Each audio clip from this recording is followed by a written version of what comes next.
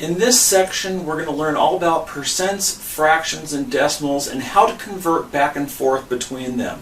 First off, the word percent actually has two parts to it. Per actually tells us to divide, and cent is the Latin prefix for 100. So anytime you see the percent symbol, you can replace it with divide by 100. For example, if you have 3%, you can change that percent symbol into 3 divided by 100 and write it as 3 over 100, getting rid of that percent symbol. When it comes to converting back and forth between fractions, decimals, and percents, I recommend that you memorize something simple such as 1% is equal to 1 over 100 is equal to 0.01. I even go as far as to tell people to take this and write it at the top of their tests so that they have something to refer to. And then what you can do is you can use this as a model for how you convert back and forth. For example, we've already talked about how when you see a percent symbol, you can change that into a divide by 100. And so I just write as my shortcut here, divide by 100. Anytime I want to convert from a percent into a decimal, notice how the 1 is a whole number 1 with the decimal to its right, but over here at the right, 0.01 has had the decimal moved 2 places to the left. So anytime you're converting from a percent to a decimal, you are going to move the decimal 2 places to the left. Now, if you start with it in decimal form and you want to convert to a percentage, then you're doing the opposite. You're going to move the decimal 2 places to the right instead. Now let's talk about what happens when you have a fraction and you want to convert it into a decimal. Well, if the denominator is 100, then you can just pronounce it. We have 1/100th, and you pronounce it, put the 1 in the hundredths column, and you're good to go.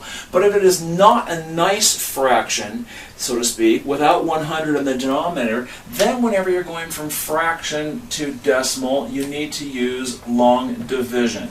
So I'm going to write long division or memorize, because in some cases you have this memorized. Anytime you want to go from a decimal to a fraction, basically all you're going to do is pronounce the decimal. This 1 falls in the hundredths column, so that would be 1/100th. So I use the word pronounce as my little memory trick here.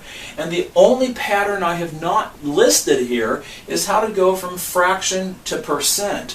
Well, we don't have a direct path, because anytime you do long division, it takes it from a fraction to a decimal. Then you would take it from a decimal over here to a percent by moving the decimal 2 places to the right. So this process here can only be done after you've done that long division, or if you've got that fraction memorized. But what you've got here is a nice, neat, little concise way of how to convert from one form to another. Rather than working with just the simple problems that you can read in your text, let me deal with a few problems that are a little bit more challenging.